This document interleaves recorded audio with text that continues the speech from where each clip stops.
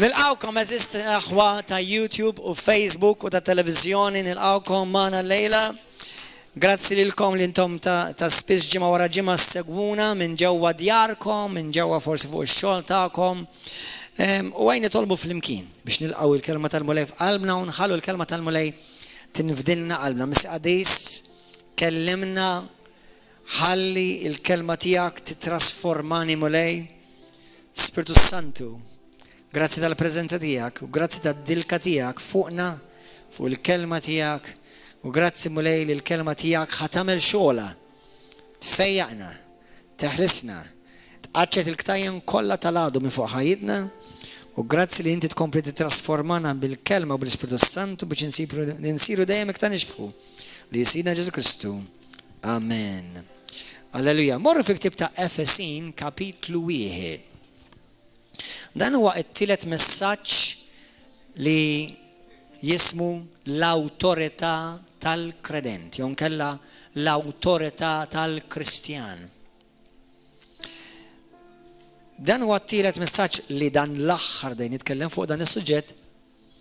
U waħda mill-raġunijiet li bdejt nitkellem fuqu, mhux għax qatt ma tkellimt fuqu jew qatt ma semmejtu, ma minħabba żminijiet li qed ngħixu fihom.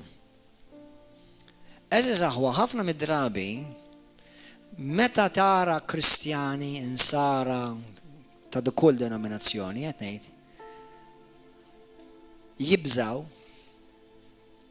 jaġixxu bħad-dinja, jimxu bħad-dinja, jirraġunaw bħad-dinja, qed tħares lejn Kristjani li ma jafux l-awtorità tagħhom li għandha fi Kristu.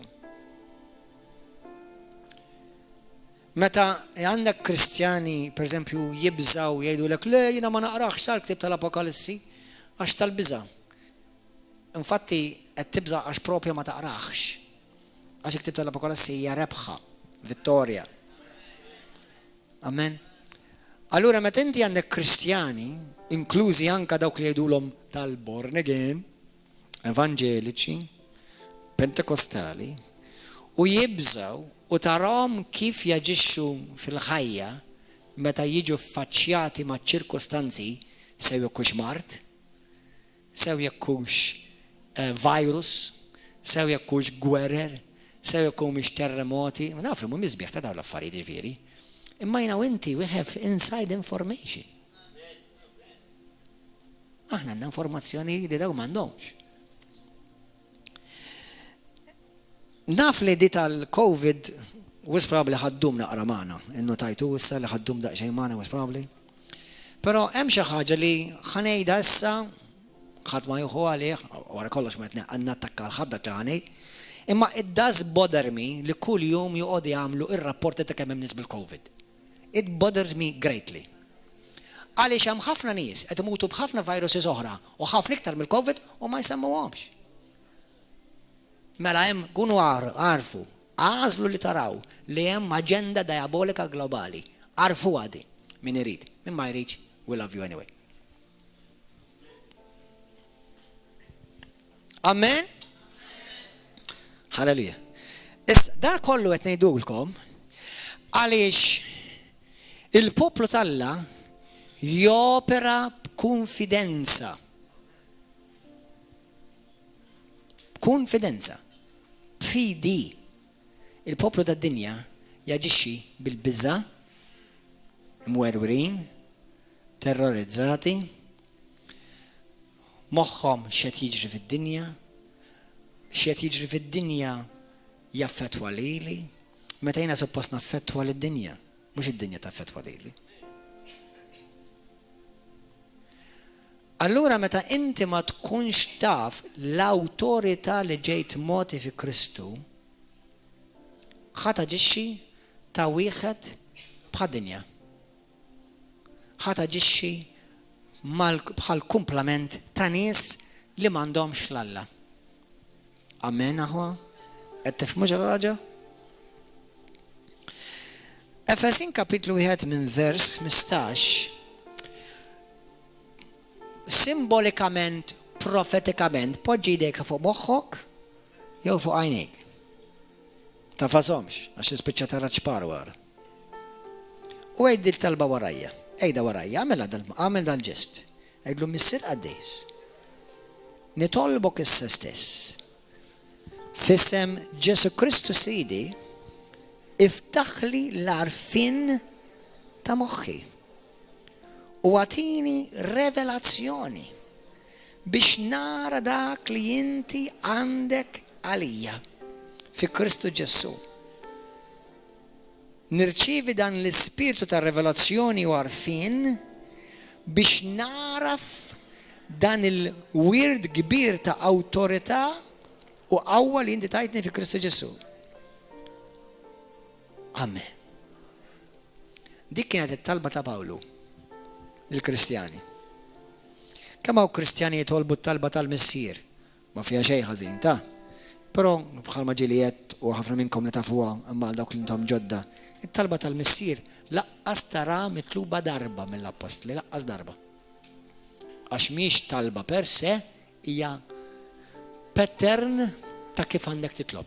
Li dejjem tindirizzi lill-Missier, tibda billi tfaħru, titolbi dak li għandek bżonn u tirringrazzjah. That's it. Però talba li naraw ta' spiss mitluba fil-ktib tal-Testament ġdid hija propja dak li għandek kif tlabt issa. Pawlu jitloba kontinwament tal-Kristjani di. U jgħidilhom biex huma kontinwament jitolbuha.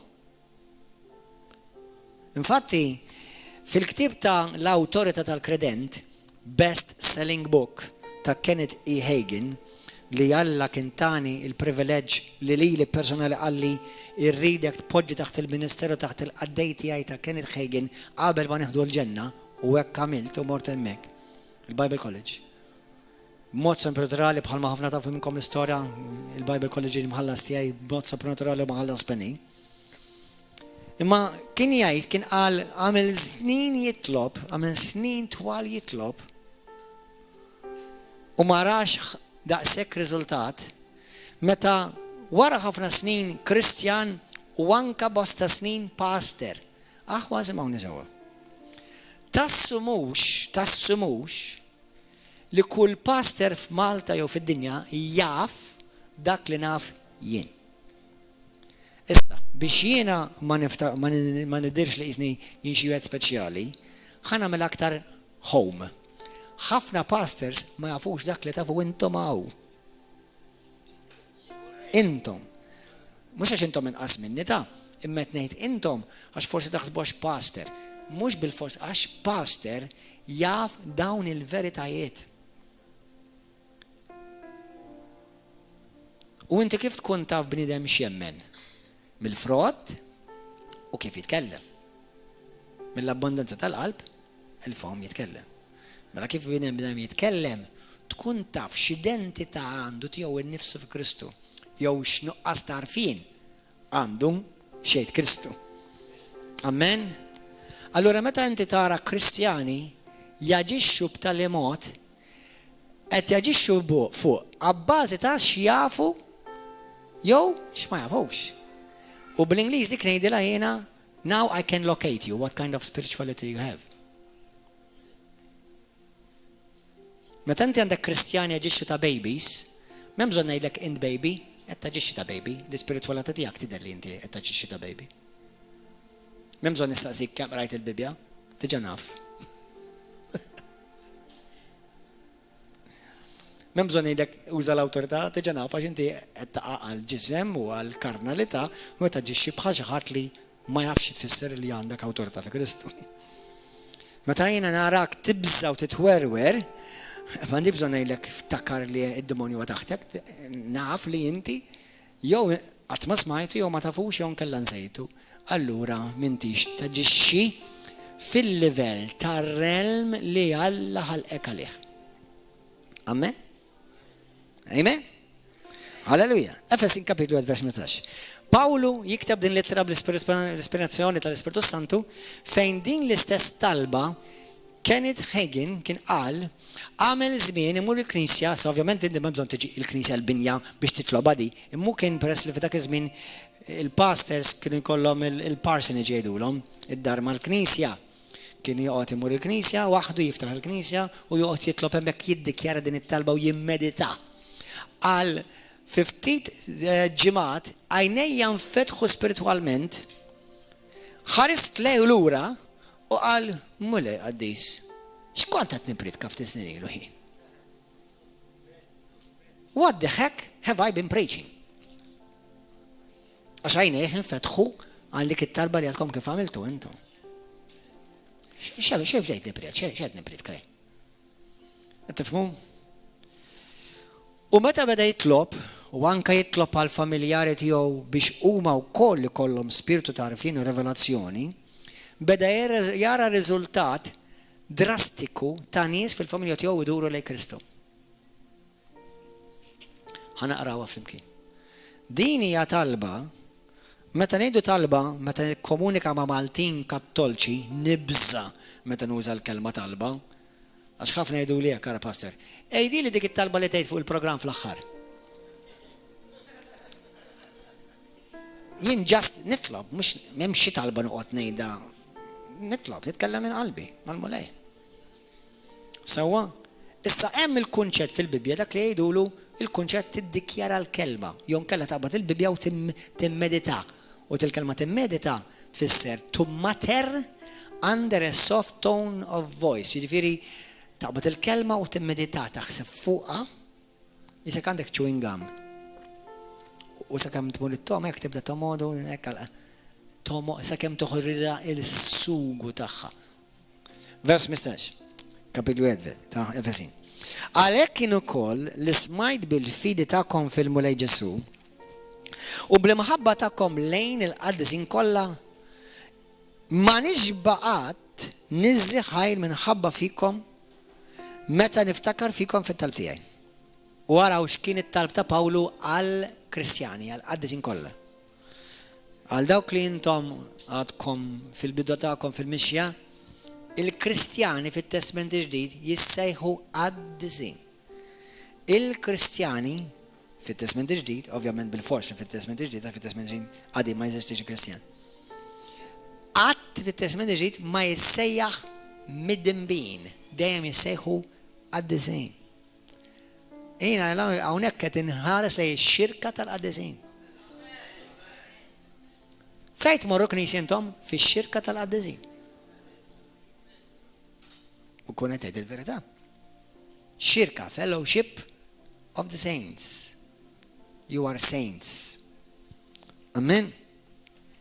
Mela, u din hija t-talba tiegħi Pawlu qed jgħid u jiena din it-talba tiegħi għalikom Kristjani, u speċjalment familja Riverola, li Alla ta' Sidna Ġesu Kristu, il-missier tal-glorja, jagħtikom spiritu ta' erf u revelazzjoni biex tarfu l-verità, jon kella biex tarfuha sewwa, biex tarfu l-verità.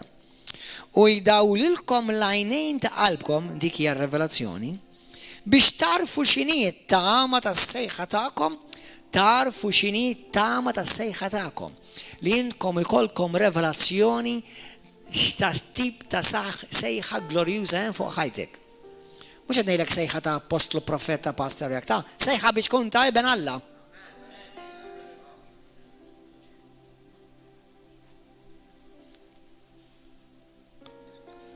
Sejħa għandkom bħala qaddisin. X'inhi l-għana tal-glorja tagħkom li taqsmu mal-qaddisin.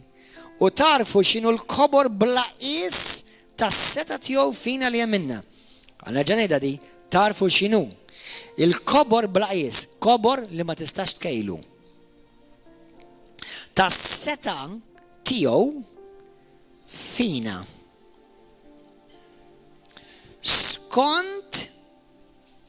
Skont il-ħila tal-qawwa kbira tiegħu. Mela fik hemm seta kbira glorjuża.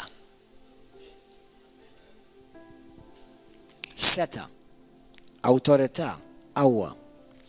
Li ħaddem fi Kristu. Meta qajmu mill-imwiet, mela da kollu sar, once Ġesu miet u rxoxta. U qiegħdu flimkien, u qiegħdu fil-lemin, Ġesu fejn hu llum? Fil-lemin tiegħu fis-smawiet. Mela Ġesu llum qiegħed fil-lemin tal-missier. Kulħadd jgħid Ġesu qiegħed fil-lemin tal-missier. Fl-ola post ta' awtorità, seta, qawwa fis-smawiet. Il-fuq minn kull saltna, il-Bibja tgħidlek li fid-dinja hawn ħafna saltniet, imma fejn Ġesu qiegħed huwa fuqhom kollha. U seta, il-Bibja tgħidlek hawn fid-dinja hawn ħafna setat, imma Ġesu qiegħed fuq is-setat kollha. Min kull ħakma u qawwa, fid-dinja hawn ħafna qawwiet, Ġesu fuqhom kollha. Fid-dinja hawn ħafna ħakmiet, Ġesu fuqhom kollha. Il-fuq minn kull isem li jissemma fid-dinja hawn ħafna ismijiet. Kanser, tuberculosis, TB, COVID. Ġesu fuq dawk l-ismijiet kollha.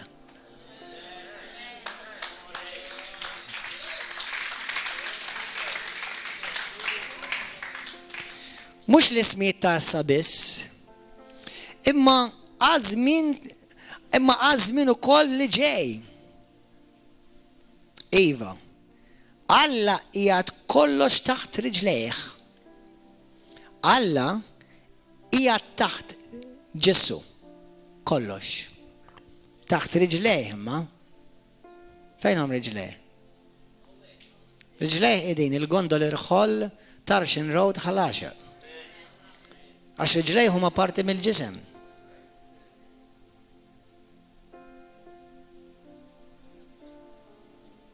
Meditate this, chew this. Il-fuq minn kull isem li jissemma mhux biss żmien ta' issa, imma wkoll li ġej, iva Alla qiegħed kollox taħt riġlejh. U għamlu ras fuq il-Knisja kollha. Alla għamel Ġesu ir-ras fuq il-Knisja. Mela Ġesu huwa r-ras qiegħed fuq. U l-Knisja fejda fuq rasu? Taħtu. Mela kliem ieħor huwa dan. Alla poġġa taħt il-Knisja kollox. La l-Knisja hija ġismu. Mamma mia.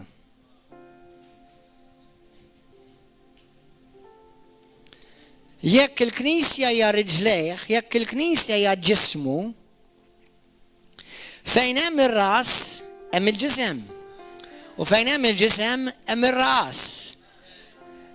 Fehmtkom id-darba l-oħra?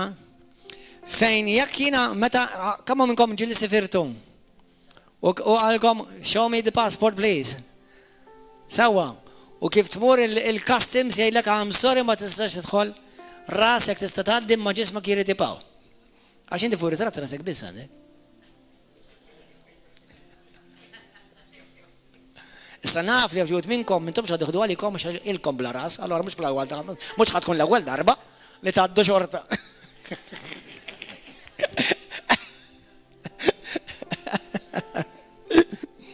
Ismawni, imma fejn jidħol ir-ras, jidħol il-ġisem. Dak li għandu r-ras għandu l-kumplament tal-ġisem. Il-ras għandha l-awtorità kollha fuq il-ħakmiet, fuq il-qawwiet, fuq is-setat, fuq l-ismijiet kollha. Ir-ras ma lax għandu l-kumplament tal-ġisem. L-istess awtorità u qawwa u dominju fuq is-saltniet, fuq il-qawwiet, fuq il-ħakmiet, fuq l-ismijiet kollha. Halleluja! Halleluja! Amen! Nixtieq nagħmlilkom insammarkom norbotkom ma' siġġu. Sewwa u nagħmilkom sija timmeditaw dak biss. Inwedek. Jekk ikun hemm virus fik jisparixxi. Jekk ikun hemm demonju fik jitrijat u jaħrab jiġri. Jekk ikun hemm xi tip ta' biża' tiġri toħroġ minn ġo fik, minn widnek, minn kull imkien. Għax Kristu huwa intolleranti għal kollu. Ir-ras Kristu huwa intolleranti għal kollu. Ma sfortunatament il-ġisem jokkomoda ħafna mid-drabi da kollu. U jittollera da kollu.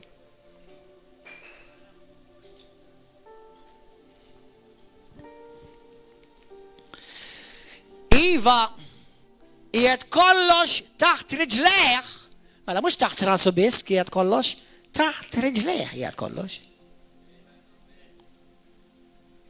Ara ħana mela la intom xħat irġibu ġbin ħana mela għalija. Mela qiegħed kollox taħt Gordon John Manche u ma saqsejx l-opinjoni tiegħek. Kollox huwa taħti. Kull seta qawwa ħakma dominju isem huwa kollu taħti. Kollu min taħseb illi inti ġbajt qedlek m'għadniex naħseb konvint.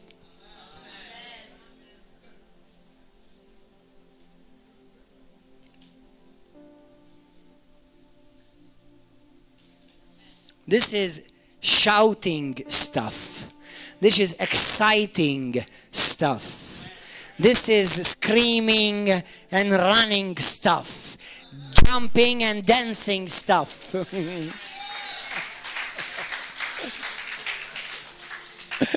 Amen.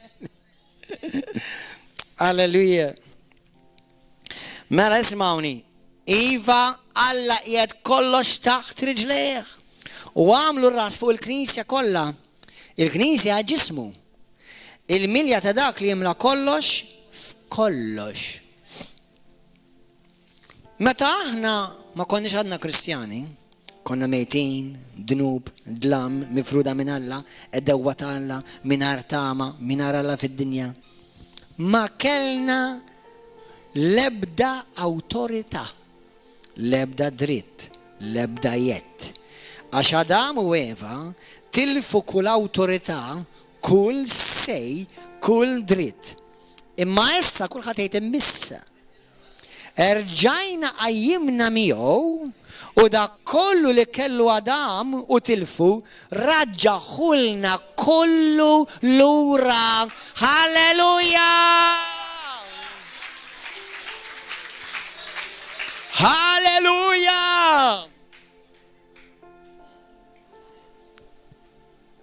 Kollu.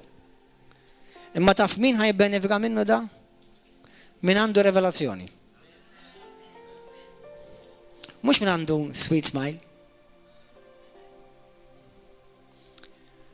Mux min għandu knisja. Mux min għandu titlu. Mux min għandu ministeru. Min għandu revelazzjoni. U ħanedilkom xi ħaġa diffiċli. Jista' fl-istess familja wieħed għandu revelazzjoni u liħor m'għandux. U ħajkollok toqgħod biha. Jista' jkoll fl-istess familja ikollok persuna għandha revelazzjoni fuq erja, u mbagħad l-oħra ma jkollix jew ieħor. U mbagħad l-ieħor ikollha revelazzjoni fuq erja u l-ieħor ma jkollix. Imma inti trid tagħmel dejjem hekk ara. Jekk din hija fil-kelma fil-Bibja u jekk għala Kristu, mux ma zewġir naqbel u laqqar naqbel ma huma marti, irdaqbel ma Alla. That's it. Ma Alla. Alla wedi li l-mara u laqqas il-raġel u l-papa u l-nanna u laqqas il-nanna. Alla weda. Full stop. Amen. Amen. Amen. Għatu ċabxipa kbira l-ġisru.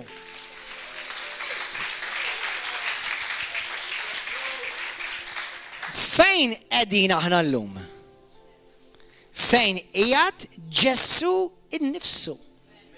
Fejn qiegħed illum Ġesu? Fejn aħna Ġesu? Fejn aħna llum qegħdin?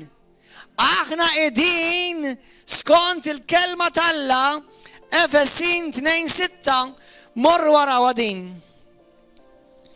Qajjimna miegħu. Din hija powerful taqwa, ħafna iktar mill-taħsbu. Ma tgħidlekx qajjimna warajh, qajjimna miegħu.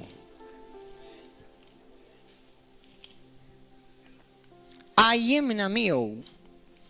U qegħdna fis-smewwiet ma' Kristu. Ġesu biex juri ismawni, biex juri fi żminijiet li ġejjin lana bla qis tal-grazzja. Isimgħu ħana, Alla qal, meta jiena ħanibgħat il-libni, ħanuri lill-popli tad-dinja grazzja abbundanti. U l-anġel qalulu kemm? Ma tistax tkejjilha daqs kemm kbira. Halleluja! Għana blaqis! Blaqis! Grazzja blaqis!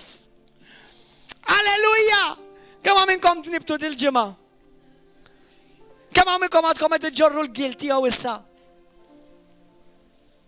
Taf li l-moment li inti tgħidlu sorry dan. U jekk ġarrejt gilt nofsi aktar, kwart iktar, jew minuta aktar, inti għadek minti konvint li Alla semek u xem miktub. Aħna naħsbu li rridu nikbu, issa mhux qed ngħidlek li tikbi ħażin, li rridu nissawtu li tissawwat ħażin.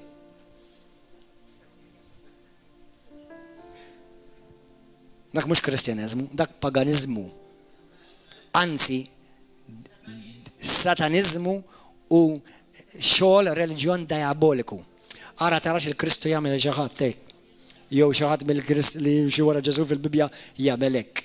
Dawk jagħmluhom l-affarijiet hekk, jagħmluhom il-reliġjonijiet pagani biex iħossuhom tajba bihom infushom biex jiġu aċċettati quddiem Alla. Qed jikkreaw jiġifieri tip ta' ġustifikazzjoni b'emilhom. Ġili li jgħidu li ma pass inti ma tħossokx ħażin nidnib. Meta nidneb, anke kien ħossni tajjeb, ġeneralment meta tidneb ma tħossokx tajjeb jekk inti tal-mulej, imma ngħid sorry, that's it, dan. Issa Alla nirringrazzja lil Alla kemm inħobbhom in-nisa u dejjem jogħġbuni n-nisa, rżewweġt waħda minnhom, imma nirringrazzja lil Alla li Alla mhux mara. Kull rispett lilkom in-nisa. Għax mara titgħaddi mill-emotions. Tittoqgħod imbagħad ħossa tajjeb. U mbagħad jiddependi l-ħass, jiddependi f'liema staġun tkun u mbagħad titkun ċert, u mbagħad kif jgħaddi kollu.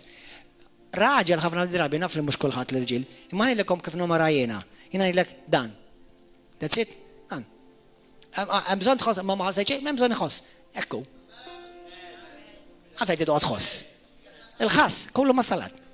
Nizid. Tajjeb għalik, jagħmilek il-ġid. Mbagħad jekk tikol ħafna tibda staffar bħala mori.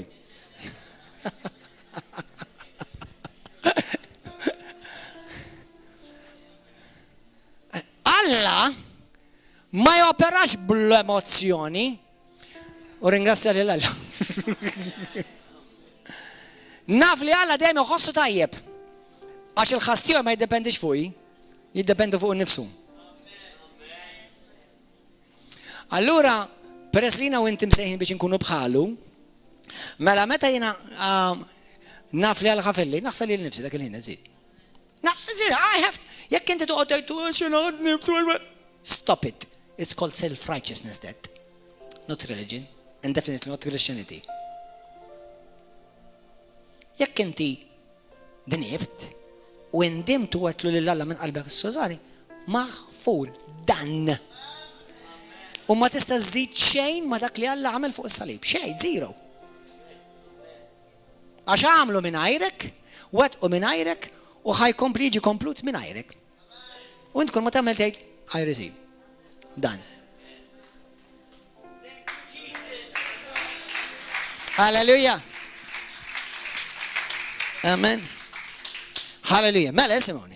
Meta aħna konna mejtin dnub dla mifruda minn Alla u dewa tiegħu mingħajr tama u bintlufa ma kellna xejn awtorità għax Adam u Eva tilfu kull awtorità u sejru dritt.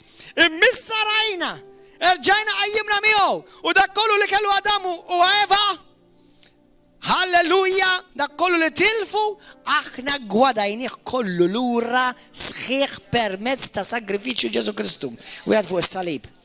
Halleluja. Aħna fejqidin illum? Infejqijat illum? Aħwa dan it-talim mhux just good teaching for a good shout. This is to transform your daily life. Kif tiddilja mal-mara, kif tiddilja mal-raġel, kif tiddilja mal-lidek, kif tiddilja fuq il-bad news li Malta channels kollha mimlin bad news kontinwament, ħafna midrabi. Sewwa li Alla pajjiż li ħlif virus tila u dejjem l-istess wieħed, hemm tant viruses ġesu ħanin. U laqsik ikun, ma importanix, għamlu xolkom, that's it, għalek tal-lajnukom. That's it, God bless you, aħna we pray for you, you do your work. That's it. kemm ħaddu u tgħidu Malta u twerru lil Malta bil-viruses. Hemm 100,000 fejquhom. Mhux hekk qed l-istar. That's it. Mamma mia, COVID, we became COVID possessed. Mhux aħna taf isem Ġesu Kristu, aħna nissa saltna. We are Jesus possessed.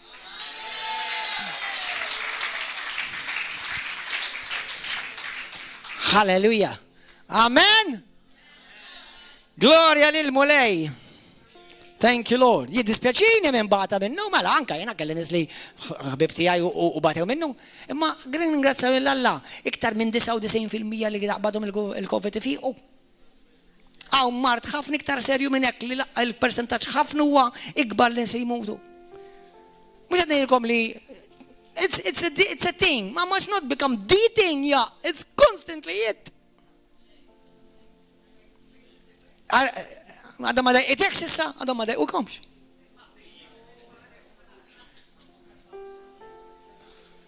Jak! Umbat nimmanipulaw poplu bil-biża ħalli bil-forsi kolli għamel dak li ridu aħna. Poplu tal-laqumu minn hemm. Ejt il-dak taħdek minn hemm.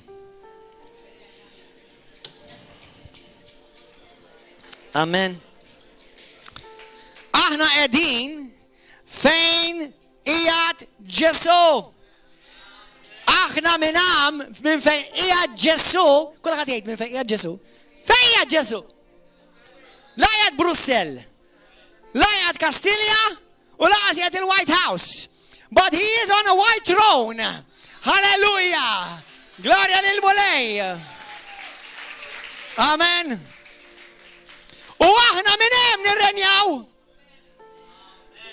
Il-Partit Kristjan, Nisrani, titilgħu jew ma titilgħux, tiġgħu tirrenjaw, m'hemm bżonn tivvotalkom biex irrenjaw. Amen. Min issa bi Kristu Ġesu. Amen. Minn hemm nopera. Għamilna inventarju li kien nifsek. Kemm mill-ġurnata ta' kuljum inti qed topera minn dak il-post? Tirrenja. Tuża l-awtorità tiegħek. Tuża l-qawwa u d-dominju li Kristu tak li huwa tiegħek. Mhux il-pastor tajulek ta' Kristu, ir-re tar-rejiet. Alleluja. Ġesu qiegħed fl-ogħla post issa. Mhux biss xi darba fil-futur. Fil-Ktieb ta' Roma Efesin kapitlu 4 vers 9. Isimgħu għadi, x'isimgħu. Ġesu tela, xi jfisser dan?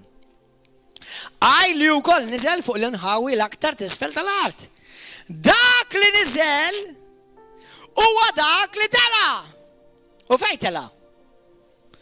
Mhux fuq l-olja ta' żabux tela. Fis-smewit kollha biex jimla kollox. Ġesu ismawni. Ġili smajtu li għaw jgħidu li għaw 3 smewit jew 3 heavens. 3 levels of heaven. Għaw min jgħid 7 levels of heaven. Għaw ġili smajtu għabel 7 livelli. Anke kien hemm 7 miljuni, Ġesu kollha fuqu. Għalija x'differenza kemm 7? 7,000.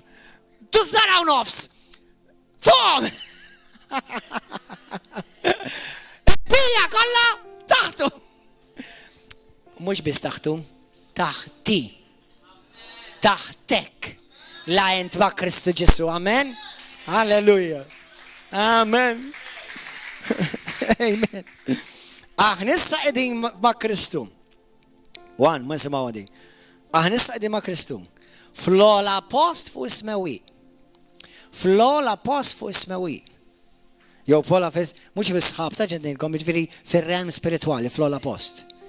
Fl-ogħla post f'kull setta. Aħna llum fi Kristu ma' Kristu qegħdin min issa fuq kull demonju. Aħna llum fi Kristu issa imma tittimxi da kollu verità ta'. Da kollu qed ngħidilkom kollu qegħdin f'Efesiżin kapitlu 1 minn vers 15-20. Da kollu titqabduh bħala revelazzjoni hija ta'. Minflok toqgħodu xi minnkom toqgħodu ċemplu li biex nitlob għalik u nitlob law u nitlob lem. Qabad it-talba. U kula. minn filgħodu sa filgħaxija. Kula bil-Grek, kula bil-Hibru, kula bil-Malti, kula bil-Ingliż, kula bil-Awċi, imma kula minn filgħodu sa filgħaxija. Ħalli tikber biex taraf xwirt kbir ta' għana bla ġi moti lilek b'qawwa awtorità fi Kristu.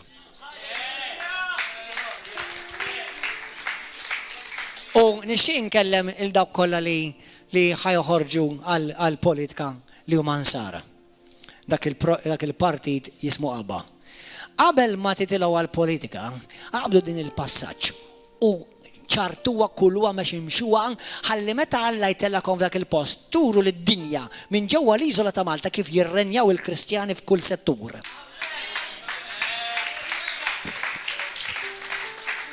Amen. Halleluja! Amen. Thank you, Lord. Meta inti qiegħed ma' Kristu, inti kulħadd jgħidha di. Hawnhekk xi wħud minnkom ix-xitan ħajġi jfisfisslek jgħidlek di mhux vera. Inti tirrenja fuq kull marda. Le, kull waħda. Fuq kull waħda. Fuq kull marda. Ma jiena nafi xi ħadd li miet marda. Se nifdi qalbi tiegħi. Inti timxi wara ħadd ħlif Kristu. Ħanejdilkom dil-kelma. Ħanallimkom proverbju. Gordon John 3:17.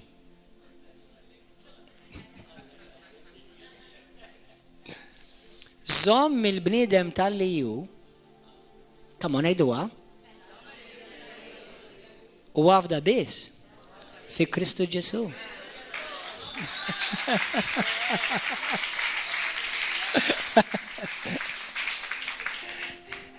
Lilek inħobbok, lilkom inħobbok, kollha nħobbkom. Imma nibda wieħed minnkom mu l-istandard tal-Kristjaneżmu tiegħi. Laqqas wieħed minnkom, qas nofs wieħed minnkom. Anzi, laqqas jekk naqbadkom kollha flimkien ma nagħmilkom l-istandard tiegħi. L-istandard tiegħi ismu wieħed biss. Ġesu Kristu ta' Nazaret, ir-Re tar-Rejiet, is-Sultan ta' Slaten, dak li ġej bil-glorja! U li għamilni miegħu fuq kull seta' qawwa ħakma u isem halleluja! U fejn nimxi jiena jimxi hu, u fejn jimxi hu nimxi jien, u jitredu s-sin tal-infern! Halleluja! Amen! U jekk hawn xi pastor għażiż qed jgħidli that too much, that's because you're not enough. God bless you too. Halleluja!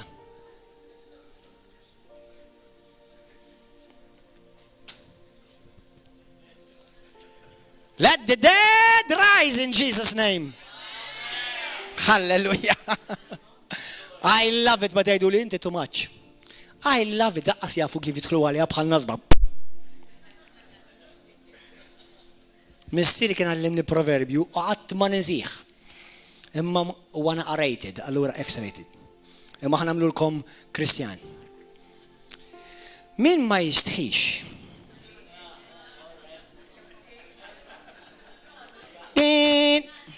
inti stħix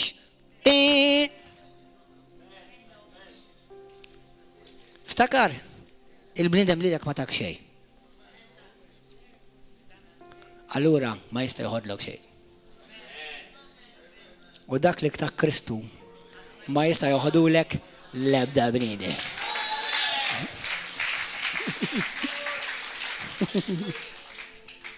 Amen. Grazzi Ġesu. Entom okay aħwa? Amen.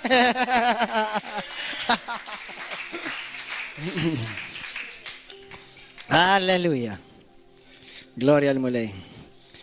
Min jaf x'jaqbes Ġesu bħalissa, x'jifraħ u x'joxa. Amen. Aħna jiena u inti fi Kristu qegħdin fuq kull problema. Fuq kull problema, x'inhi l-problema li tiffaċċja? Taf li dik ġiet biex inti twaqqak mill-level tiegħek. Taf. Anka fil-vokabolarju tagħna aħna ngħidu dak waqa' fid-dnub. Meta ngħidu waqa' fid-dnub, minn fejn waqa'? Mill-post jew ma' Kristu. Għalhekk l-ebda Kristjan ma jibqa' fid-dnub Għax minn flok tispiċċa taħkem fuq dak li suppost taħkem int, jispiċċa jaħkmek hu. Għalhekk jekk tisbalja, hemm id-dem ta' Kristu, hemm il-grazzja t'Alla, hemm l-Ispiritu Santu, hemm is-salib. Halleluja. Toqgħodx tikipi. Jesus. U jiena narak ngħidlek fire in Jesus' name. Cook her, Lord. Cook him. And make him well done in Jesus' name.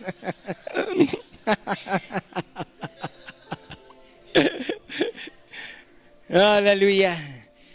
Pastor, inti differenti minn l-oħrajn.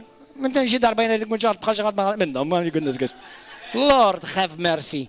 I am original and I'm glad I am. And I give him all the glory.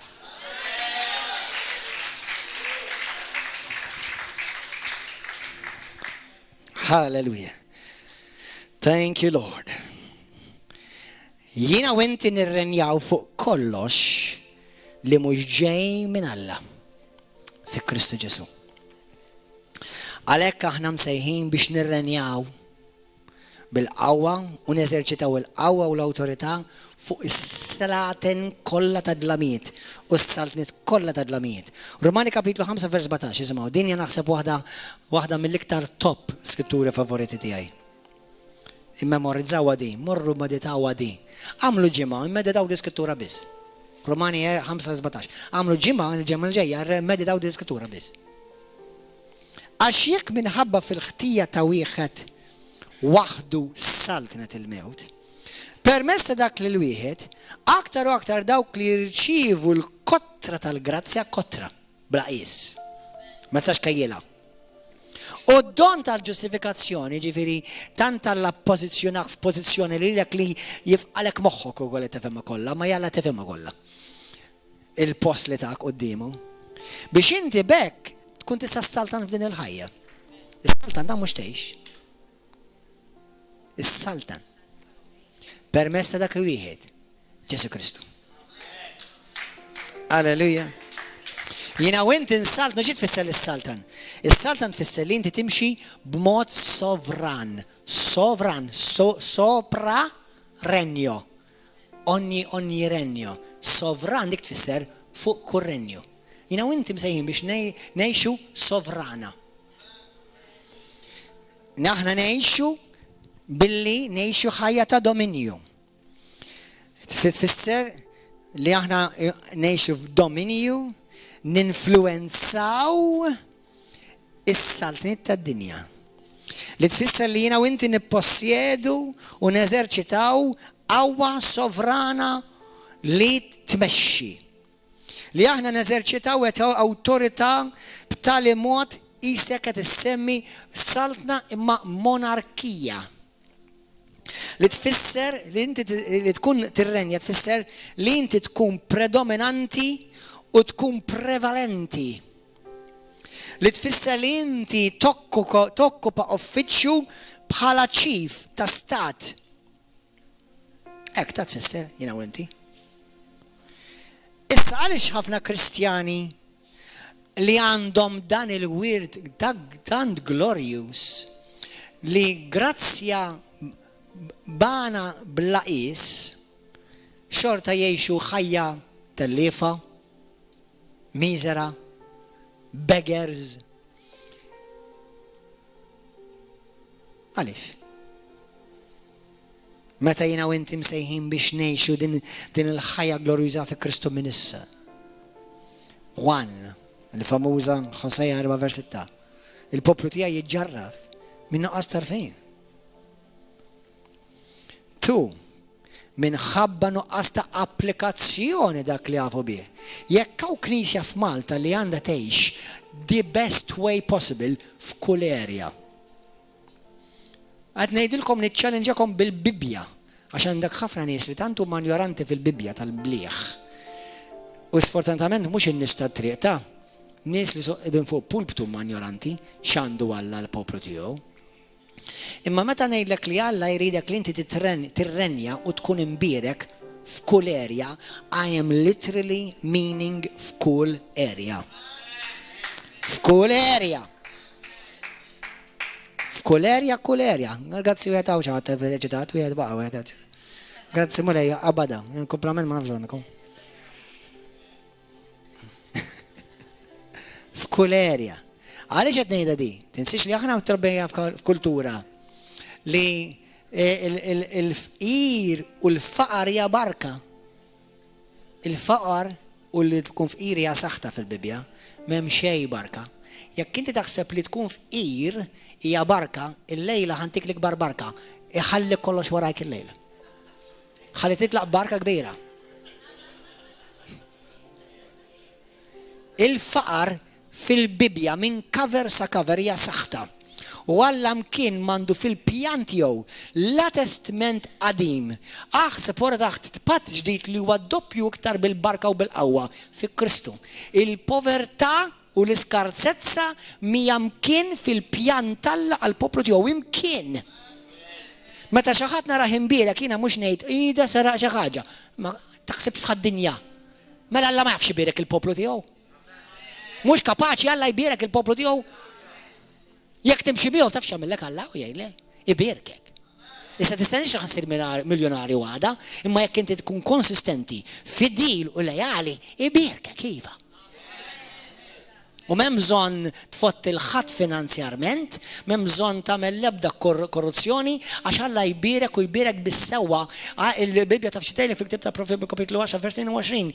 Hija l-barka tal-mulej li tistanak u magħha ma jżidek l-ebda dispjaċir. Amen, halleluja. Grazzi Ġesu, kun fidil issa. Kun fidil issa. Għax inti tibda fidil minn affarijiet żgħar minn issa. Anyway. Halleluja. Amen. Għaliex ħafna Kristjani mhux qed jgħixu din il-ħajja? Għaliex m'għandhomx għarfien? Jew kella tgħallmu xi ħaġa fuqha, imma mhux qed japplikawha dak li jagħtalmu.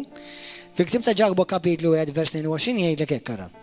Kunu intom dawk li tagħmlu l-kelma, tattwaw il-kelma, mhux biss tisimgħuha, u mhux biss tisimgħuha, u għax jekk intom tisimgħuha u ma twettqux dak li tisimgħu, intom tkunu tqarqu bikom infuskom.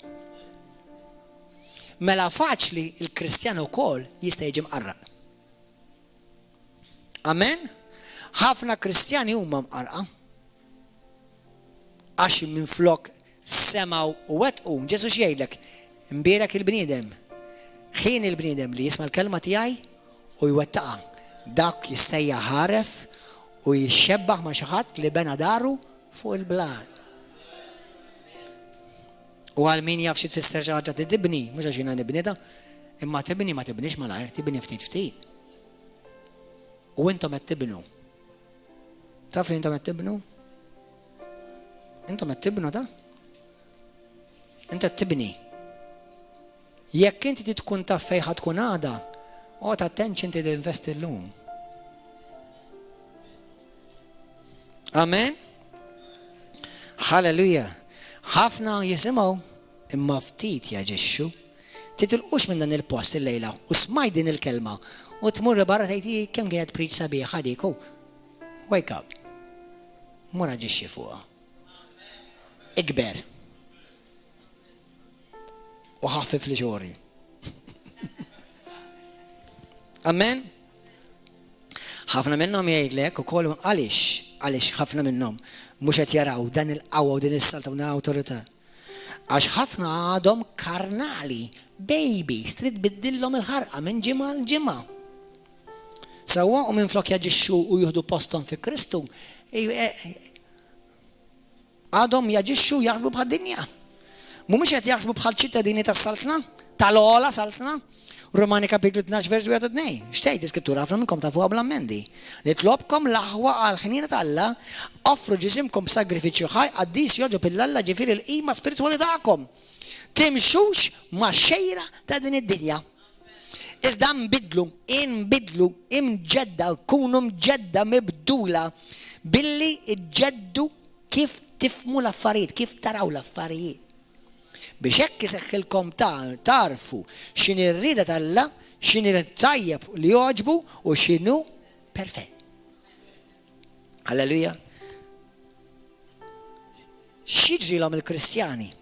Dawk li jitilfu jew jipperikolaw li jitilfu l-awtorità tagħhom milli tiffunzjona taħdem magħhom. Ftakar kull min huwa ċittadin tas-Saltna legalment għandhom da kollu. Imma ħafna ma joperawx fih. Allura they are forfeiting it. Qed jitilfuh, qed jipperikolizzaw. X'jipperikolizzaw? Number 1. Ħafna Kristjani meta jiġihom test minn flok jgħidu da test. Ħanelbu. Le jiblaħħom. Tittoqgħod tagħmel ġimgħatejn tiġri warahom. Inti ġimgħatejn ftit. Hemm minnhom xarej, 3 xhur, 4 xhur. Ħadd minnhom ma jiġi hawn. Mhux kien li vera vladok, mhux vera. Għax meta inti tiġri wara xi ħadd li jaf il-verità, it's not a good sign. Aħna suppost niġru wara n-naċa mitlufa, mhux in-naċa rebelluża.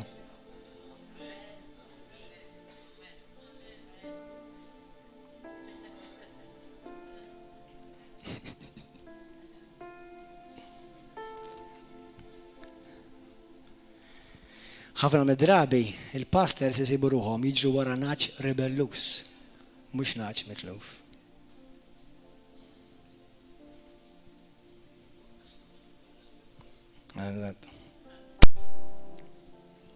Anyway.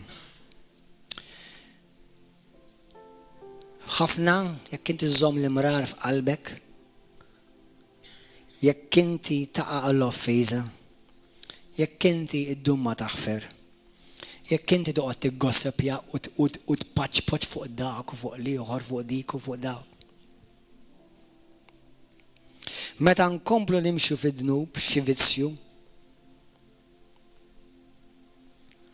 dak li jidneb kontinwu u jiġġustifika emilu ma jkunx imwieled minn Alla. L-ewwel Ġwanni kapitlu 2 jgħidlek minnu dak li jidneb, dak li ġej mid-demonju, dak li jgħix fid-dnub irviri. Għax dak kien jidneb mill-bidu, sa mill-bidu. Għadu attenti jeżel aħwa. Meta ma nimxux fl-umiltà u s-sottomissjoni l-awtorità tal-Alla. Eżel aħwa, ħantikom żewġ eżempji ta' ġrajiet li jiena naf bihom. Jiena moħan semmi lil ħadd u jekk jista' ħafna minnkom mhux ħadd tkunu tafuhom dawn l-istorjer anyway għax ilhom li ġraw. Imma di tal-awtorità ma tistax bniedem jopera f'awtorità jekk ma jkunx taħt awtorità. Ftakru għadik, kulħadd jgħidha warajja. Ma nistax nopera f'awtorità jekk ma nkunx taħt awtorità. Isimgħuni. Ġieli smajt Kristjani jgħidu hekk ara. Jgħidu li pastor ma taf kemm iħobbu lil mulej dak. Taf kemm hu swid dak. Ħanejdilkom x'osservajt jiena matul il-ħajja, matul il-Kristjaniżmu inni 27 sena fil-mulej u inni bejwet uħor qisu 25 sena minnhom fil-Ministeru. Ħanejdilkom x'osservajt jien. Number 1, bħal mentom tafu fil-ktib ta' Mattew kapitlu 7, mirakli sinjali weħidhom ma jagħmlukx ġenwinament Kristjan. Vera jew le? Għaliex, għax Ġesu jgħidilhom hemm min li keċċa xjagħten ipprofetizzaw hemm mirakli u xorta tifagħhom l-infern. Mela dawk weħidhom ma tistax tgħid jillada kemm hu Alla għax għamel mirakli u għax għamel fejqani u keċċa d-demonju. Beg, issa il-Kristjani suppost joperaw f'dawk, imma dawn mhumiex iċ-ċertifikat li inti vera Alla. Għanilkom matul f'dak l-istess passaġġ Mattew, Ġesu jtaf xejdilhom minn dawk li jgħidilhom għalilhom jiena għalilkom ma nafkomx morru minn qudiemi, intom li tipprattikaw il-ħażen, jew nkella bl-Ingliż do you who practice lawlessness, jew nkella kelma oħra tfisser li intom qegħdin f'ribelljoni. Issa hemm Kristjani fil-ġisem ta' Kristu li huma sweet, friendly, loving, ħafna fl-esperjenza tiegħi is never an issue of love. Tħaltuhom dawk l-affarijiet, immaturaw, speċjalment intom bħala riverovla. Però mbagħad jekk inti tħares lej iċ-ċirku ta' madwarhom ħajjithom infarka. Issa jiena ma rridx mut nattakka lil ħadd u ma ħansemmi lil ħadd imma ħanallem lil min irid jisma'. Meta inti ma toperax taħt awtorità ġenwina, ix-xitan jaf. Tafu li jaf.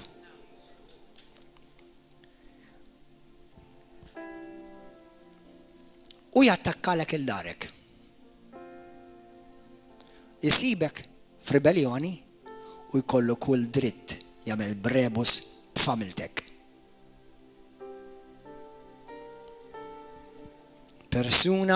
Persuni, familja partikolari li kontinni nafhom ilu ħafna, ċirkustanza li nqalat, dawn esperjenzi li bil-fors jiena nallem minnhom. Mhux qed nibgħat botti lil ħadd, però jekk taqraw l-Testament ġdid, tafu kemm Pawlu jgħallem fuq dawn l-affarijiet. Dawn mhux botti, dawn huwa tagħlim għal min irid jitgħallem. Ix-xitan jirrikonoxxi awtorità. Allura meta jiena qed nutilizza awtorità, meta fl-istess kien qiegħed f'ribellioni, jiena qed inħallilu spalankat miftuħ bibien biex jattakkani u ma nistax naqaflu.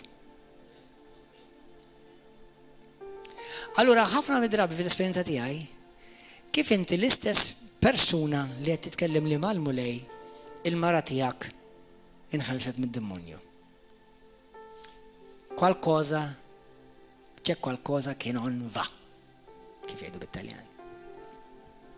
Kif tispiċċanti tiġi tant inti swit u ħallu għandek problema imma ma tistax tifhem u tdaħħalha f'moħħok li Alla jara f'awtorità u unur fid-dar tiegħu u issa għax inti ma smajtx minn nies Alla u ma kontx kapaċi li teżerċita umiltà u tissottometti.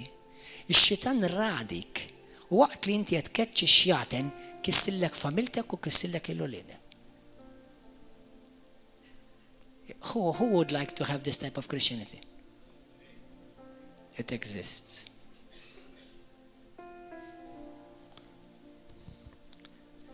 Allura x'jiġri meta l-Kristjan qed jagħmel da kollu u ma unut li jiena inżomm revolver jew bażuka f'idejja mal-bib ta' barra, imma ħalet il-bib ta' wara miftuħ barra. Mhux għal xejn. Meta inti tidħol fis-saltna Alla, Alla għandu prinċipji. U l-Kristjan ma jistax jopera out of line u f'diżordni u ribellioni u jippretendi li mhux ħajlaqqata tajjeb mid-demonju. U jibatu tfal, jibatu żwiġijiet, jibatu Kristjani li ma jafmux ċertu affarijiet u inti tibda tinfluwenzhom għax iddaħħalhom taħt spiritu orfni u ribelluż. Have nothing to do with them. Love them and walk in love away from them.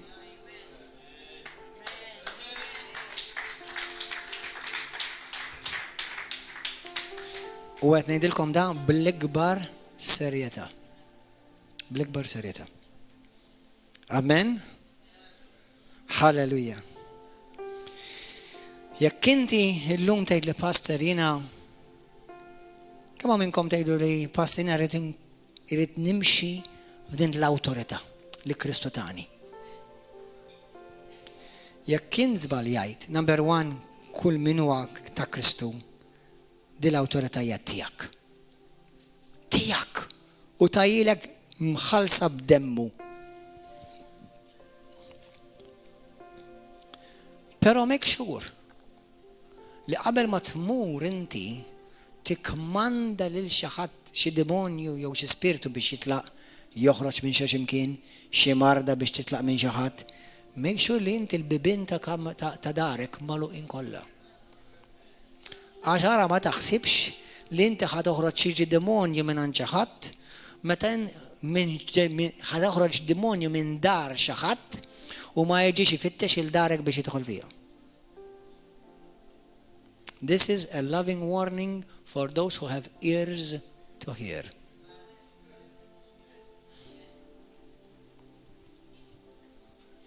Mela l-bniedem Alla, l-bniedem Alla mhux il-pastor ta' biss, iva jiena bniedem Alla. Bil-grazzja tiegħu. Il-bniedem Alla irid ikun aware ta' ħafna affarijiet. Ta' dak kollu li Alla tagħna bil-grazzja tiegħu abbondanza bla qis, però rridu nimxu bl-erf spiritwali Alla. Għax id-demonji jarfu awtorità. L-anġli jarfu awtorità. Ħafna Kristjani m'għandhomx ħiel ta' awtorità.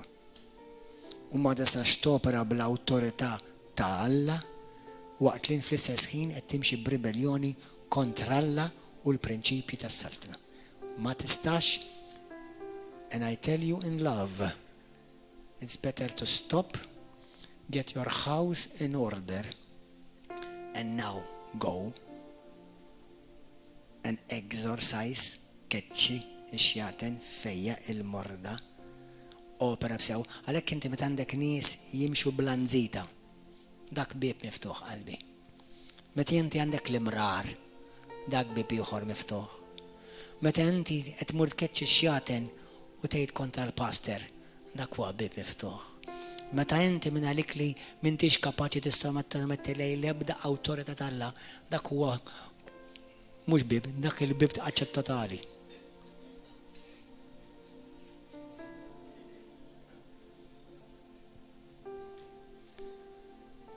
Il-Bibja tgħidlek moħħkom hemm għax ix-xitan bħal il-jun jassess madwarkom biex jara fejn ħajsib miftuħ biex jiblek. Imma jekk inti kun kawtell u tuża naqra erf Alla b'umiltà, tista' topra b'din l-istess awtorità li ta' Kristu. Għax inti parti mill-ġisem ta' Kristu u r-ras u l-ġisem għandhom l-istess awtorità. Amen? Jekk inti dej li pastorina nixtieq nimxi ma' Kristu vera. Jekk għandi noqas ta' maħfra, issa irid inneħħiha. Jekk għandi mrar, irid inneħħih.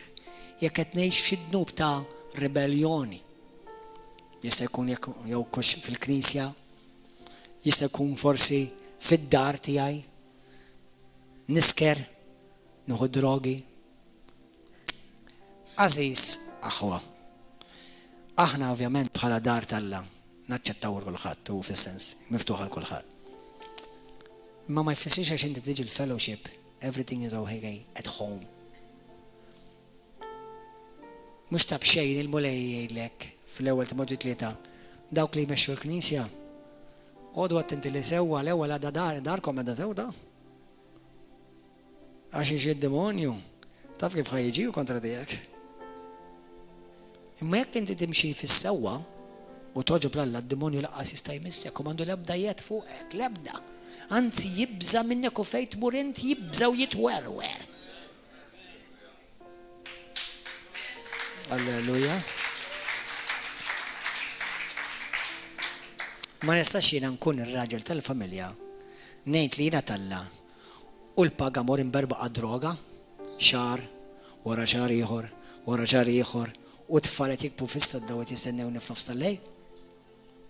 Qalbi m'intix ta' Kristjan. Anzi għandek siq waħda tiġa fl-infern. Jekk inti bully issawwat il-martek, tisker, twerwer il-ulidek, għat attenta hija da. Għax ix-xitan qed jagħmel festa bik. Jekk inti għandek l-imrar,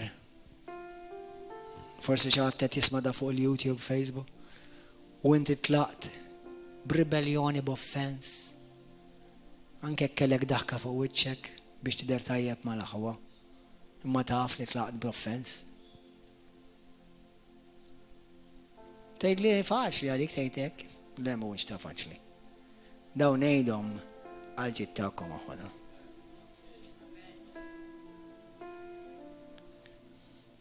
Għaxina u inti għandna l-potenzjal noperaw bħal Kristu ieħor fuq din id-dinja.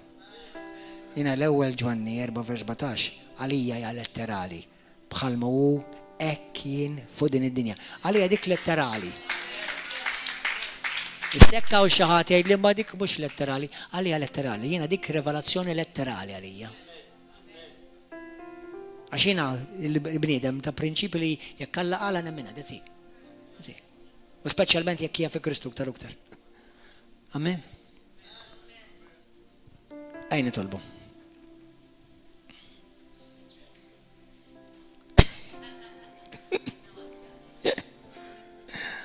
Le, issa ħanibdew l-operazzjoni.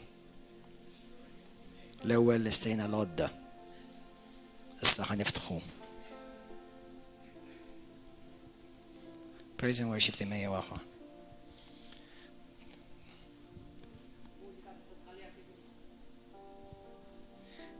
Halleluja. Jekk inti lejla tgħidli pastor, jien nixtieq inkun żgur li jien ta' Kristu. Jien salvat, dunubieti maħfura. Marriċ li d-demonju kollu jett seta fuq ħajti. Jekk hemm bibien miftuħa f'ħajti irrid nagħlaqhom issa.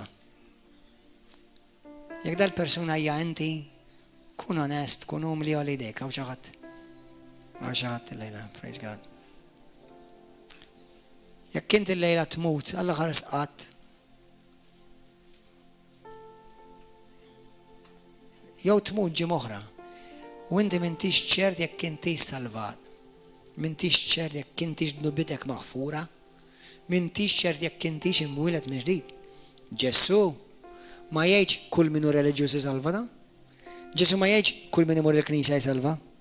Ġesu jgħidlek jekk bniedem ma jitwilx minn ġdid, ma jsalvax. Tkun imwieled minn ġdid, u jekk inti m'intix imwieled minn ġdid, u lejla tkun ċert li inti imwieled minn ġdid, Ġesu għasidek u s-salvatur ta' ħajtek. U lejla tixtieq verament titlob mija ħan nitolbu magħkom biex tagħti ħajtek il-Kristu għal idejk. Għal idejk hawn xi ħadd min iktar. Kulħadd iqum bil-wifqa. Ħan nitolbu flimkien nitolbu mija. Daw kollha li għallejtu idejkom. Jew xtaqt li għallejt idejk. Itolbu dit talba miegħi minn qalbkom. Tiċċaqalqux qabel ma ngħidu ċaw l-udjenza. Inti fuq il-YouTube, Facebook. Għajdi talba warajja. Itolbu miegħi dit talba. Missi qadis. Grazzi tal-kelma qadisa tiegħek. Grazzi ta' Ġesu. Mulej, għandi bżonnok fil-ħajja tiegħi. Minajrek jiena mitluf. Nindem minn nubieti. Irrid natik ħajti mulej. Spiritu tiegħi, ruħ tiegħi u ġismi. Ejja f'qalbi unvadini bl-Ispiritu Qaddis tiegħek. Niddikjara b'fommi u minn qalbi jien ngħid Ġesu għall-mulej, Ġesu għall-eben tal-ħaj, Ġesu meta li fuq is-salib u permezz tal-mewt u l-qawmin tiegħu jien salvat. Ġesu irrenja f'ħajti issa stess. U millum il-qudiem bil-abbondanza tal-glorja u tal-grazzja tiegħek li inti wrejt lejja, nibda nirrenja f'din il-ħajja miegħek mulej. Ringrazzjak li smajtni, nubied illum maħfura, illum jien maħfur, illum jien salvat, ismi miġi miktub fi ktib tal-ħajja, u llum jien imwieled minn ġdid. Grazzi missier, nagħtik glorja u tifħir. Amen. Jekk inti għeddik it-talba llum, illum jien salvat, nubiedek maħfura, ismek miktub fi ktib tal-ħajja, m'intix iktar mitluf, illum iktar issa imwieled minn ġdid. Ibda qra l-Bibja. Tkellem għal-mulej fit-talb kull jum. U x-xierek. Ejja kun nar terba u nata sif fis-seba ta' flaxija ġewwa River of Love u l-ħadd fil-ħodu flaxxa. Pija God bless you. Mur erġa' smaħħa dan il-messaġġ. U wettqu. Ħalli tikber u timmatura u tissaħħa fi Kristu.